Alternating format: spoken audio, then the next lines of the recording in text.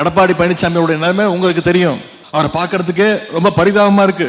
முதல்ல அந்த அம்மா ஜெயலலிதா அம்மா இருக்கிற வரைக்கும் அந்த அம்மா காலில் விழுந்தாரு. அந்த அம்மா இறந்த பிறகு அந்த அம்மாவுடைய தோழி சசிகலா அம்மா அவங்க காலில் விழுந்தாரு. அப்புறம் சசிகலா அம்மா ஜெயிலுக்கு போனோடனே டிடிவி தினகரன் காலில் கொஞ்ச நாள் விழுந்து கிடந்தார். அதன் பிறகு இங்க வேணாம் அப்படின்னு டெல்லியில போய் திரு மோடி திரு அமித்ஷா காலில் விழுந்தாரு. ஆனா இப்ப என்ன மிகப்பெரிய கொடுமைன்னா மறுபடியும் அவர் தமிழ்நாட்டில் விழுறதுக்கு ஒரு புது கால் கிடைக்காதான்னு வலை வீசி தேடிட்டு இருக்கிறாரு.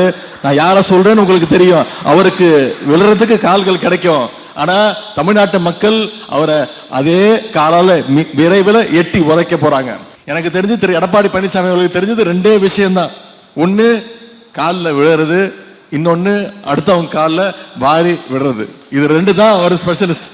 திரு செங்கோட்டையன் அவர்களை நேற்று நீக்கி இருக்கிறாரு. அவர் சொல்றாரு, நேற்று துரோகத்துக்கு ஒரு நோபல் பரிசு கொடுக்கணும்னா திரு எடப்பாடி பழனிசாமி அவர்களுக்கு கொடுக்கணும்னு நான் சொல்லல, திராவிட முன்னேற்ற கழகத்தை சேர்ந்தவங்க சொல்லல. திரு எடப்பாடி பழனிசாமி கொடுக்கணும்னு யார் சொல்ற? திரு செங்கோட்டையன் அவர்கள் சொல்றாரு. நான் சொல்றேன், துரோகத்துக்கு மட்டும் இல்ல, அடிமைத்தனத்துக்கும் ஒரு நோபல் பரிசு கொடுக்கணும்னா திரு எடப்பாடி பழனிசாமி அவர்களுக்கு தான் தர வேண்டும்.